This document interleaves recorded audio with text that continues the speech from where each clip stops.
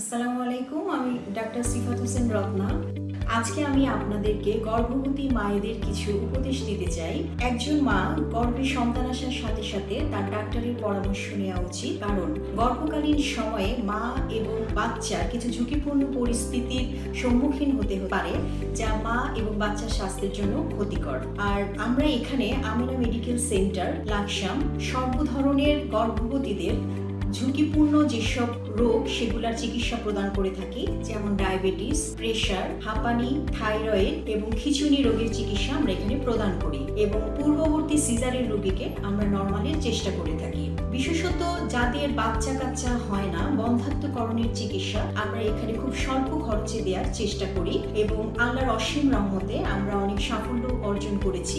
এখানে গাইনি অনেক ধরনের সমস্যা টিবিএস এর মাধ্যমে আমরা খুব সহজে ট্রিটমেন্ট দিতে পারছি।